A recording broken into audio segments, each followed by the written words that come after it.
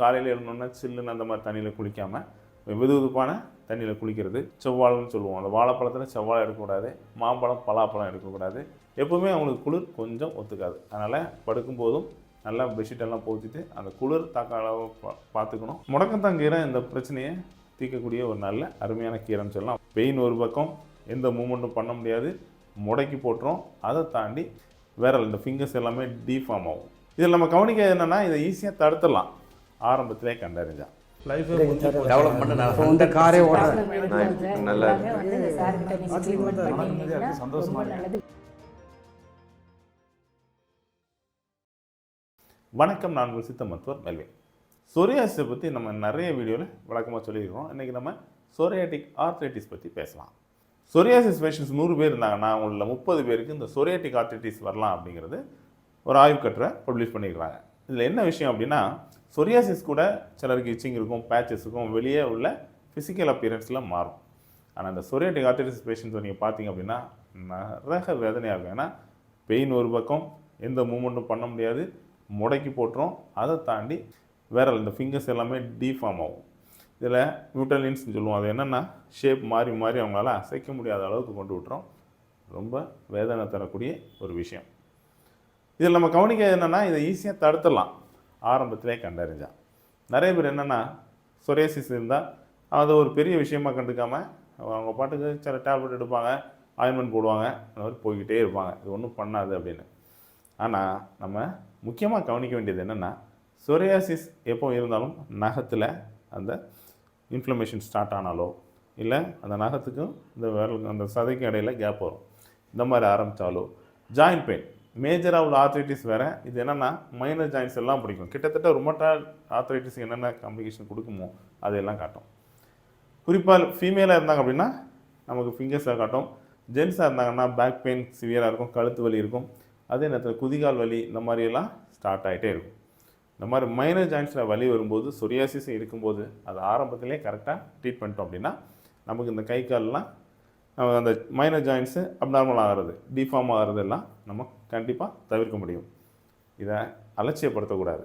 முதல்ல சொரியாசிஸ் வந்துருச்சு அப்படின்னா கொஞ்சம் கேர்ஃபுல்லாக நம்ம உடம்பு பார்த்துக்கணும். ரொம்ப அலட்சியமாக டேப்லெட் ஆயின்மெண்ட் மட்டுமே நம்ம காப்பாற்றோம் அப்படின்னு நினைக்கக்கூடாது. இதை தாண்டி நமக்கு சின்ன இன்ஃபெக்ஷன் வந்தாலோ இல்லை ஜாயின்ட் பெயின் வந்தாலோ அதுக்கான சரியான வழிமுறைகளை நம்ம தேர்ந்தெடுக்கணும். முதல்ல புளிப்பு சம்மந்தமான அந்த உணவுப் பொருளை தவிர்க்கணும். அதிகப்படியான குளிச்சு தரக்கூடியது நமக்கு செவ்வாழைன்னு சொல்லுவோம், அந்த வாழைப்பழத்தில் செவ்வாழை எடுக்கக்கூடாது, மாம்பழம் பலாப்பழம் எடுக்கக்கூடாது. இதை தாண்டி அலர்ஜி சப்ஸ்டன்ஸான கத்திரிக்காய் இந்த மாதிரி உள்ள உணவு வகைகளை நம்ம குறைச்சிடலாம்.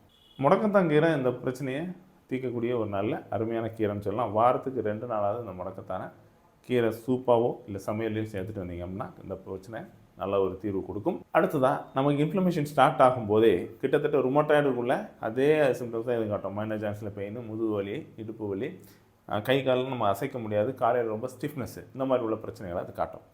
அதனால் முடிஞ்ச வரைக்கும் சொரியாட்டிக் பேஷண்ட்ஸ் கொஞ்சம் ரொம்ப காலையில் எழுந்தோன்னா சில்லுன்னு அந்த மாதிரி தண்ணியில் குளிக்காமல் வெதுவெதுப்பான தண்ணியில் குளிக்கிறது, அந்த பேச்சஸுக்கெல்லாம் ப்ராப்பராக நம்ம ட்ரீட்மெண்ட் எடுத்துக்கிறது. முடிஞ்ச அளவுக்கு ஏசியில் அந்த பயன்பாடை குறைக்கணும். அதை தாண்டி அப்படியே யூஸ் பண்ணாலும் டெம்பரேச்சர் வந்து அட்லீஸ்ட் 26க்கு மேலே யூஸ் பண்ணணும். ரொம்ப சில்லாக அதே கிளைமேட்டில் நம்ம வச்சுட்டு இருந்தோம் அப்படின்னா அந்த ஆர்த்ரைட்டிஸ் சிவியராக வாய்ப்பு உண்டு.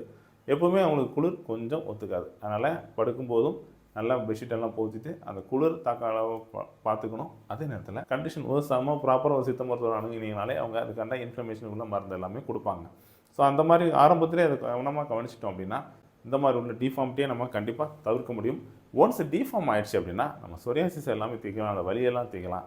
ஆனால் அந்த விரல் இடம் மாறுறதை நம்ம ஒன்றுமே பண்ண முடியாது. அதனால் முதல்ல நம்ம என்ன பண்ணணும் அப்படின்னா, இந்த மாதிரி விரலில் ஓவராக பெயின் தானே, அது ஒன்றும் இல்லை, தன்னாலும் சரியாக நினைக்காம முதல்ல ஒரு ப்ராப்பராக ஒரு சித்த மருத்துவரை நீங்கள் அணுகுனீங்க அப்படின்னா அவங்க கண்டிப்பாக அவங்களை கைட் பண்ணி கொடுப்பாங்க.